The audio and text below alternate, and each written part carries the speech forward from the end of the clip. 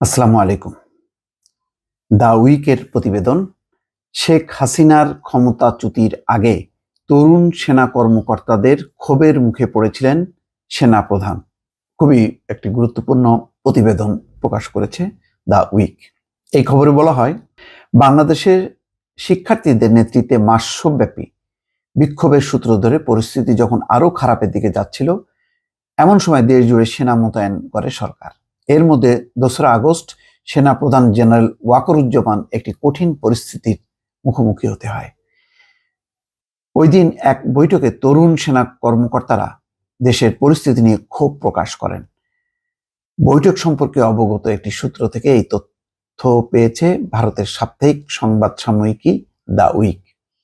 সেখানে বলা হয় যে তরুণ কর্মকর্তারা দফায় দফায় যে ক্ষোভ প্রকাশ করছিলেন, এক পর্যায়ে ওয়াকারুজ্জামান তার সাথে একত্রতা প্রকাশ করেন এবং এই একত্রতা প্রকাশ করা এবং তার অবস্থান বদলানোটার একটা কঠিন পরীক্ষায় তিনি শেষ পর্যন্ত জয়যুক্ত হন। সেই তথ্য এই রিপোর্টে তুলে ধরা হয়।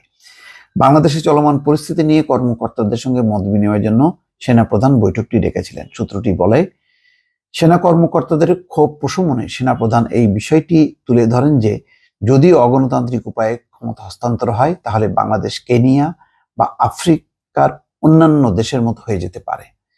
কর্মকর্তাদের সংযুক্ত থাকার পরামর্শ দিয়ে সেনাপ্রধান বলেন, আমাদের দেশে 1970 সালের পর এমন গণবিক্ষোভ আর কখনো দেখা যায়নি। তাই এটি একটি ব্যতিক্রমী ঘটনা, আমাদের সবাইকে ধৈর্য ধরতে হবে। কিন্তু ততক্ষণে বাংলাদেশ সেনাবাহিনীর ভেতরে অনেক কিছু ঘটে গেছে। তরুণ সেনা কর্মকর্তাদের ক্ষোভ প্রকাশের মধ্য দিয়ে বৈঠকটি শেষ হয়।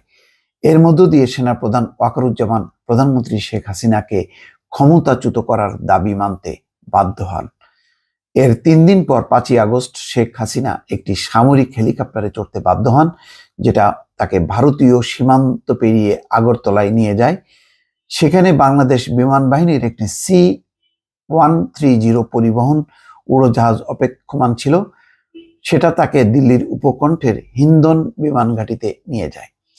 জেনারেল ওয়াকারুজ্জামানের অবস্থা ছিল অস্বস্তিকর, কারণ তাকে শেখ হাসিনা নিয়োগ দিয়েছিলেন।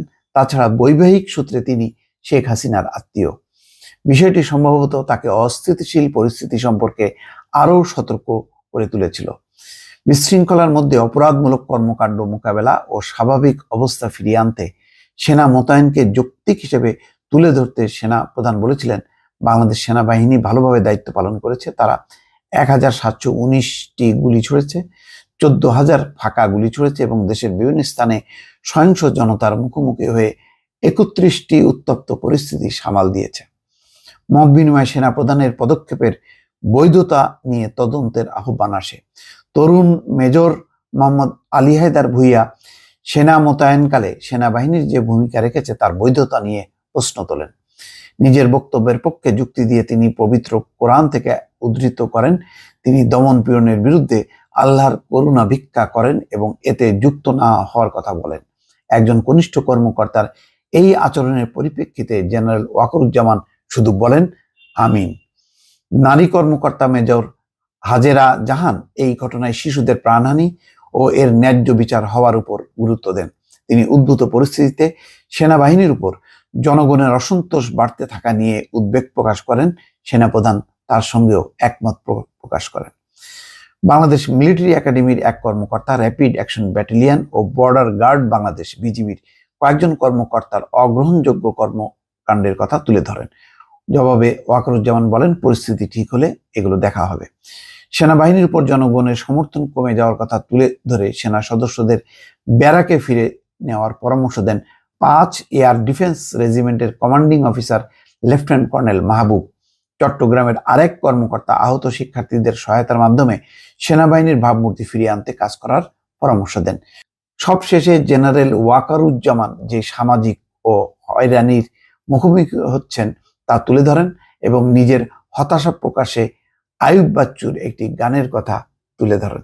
দর্শক, রিপোর্টটি খুব গুরুত্বপূর্ণ। তার মানে হচ্ছে এই যে ওয়াকারুজ্জামান হয়তো একটু দ্বিধান্বিত ছিলেন, তিনি কি করবেন না করবেন, কিন্তু তরুণ সেনা কর্মকর্তারা যখন নাকি তাদের মনোভাব প্রকাশ করেন তখন তিনি আর দ্বিধা করেননি।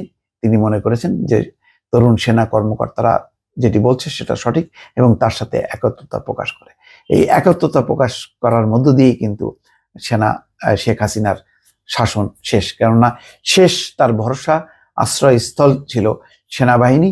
সেনাবাহিনী যখন বন্দুকের নল ফিরিয়ে নেয়, তখন আর শেখ হাসিনার দেশ থেকে পালানো ছাড়া আর কোনো উপায় ছিল না। দর্শক, ভালো থাকবেন। আল্লাহ হাফেজ।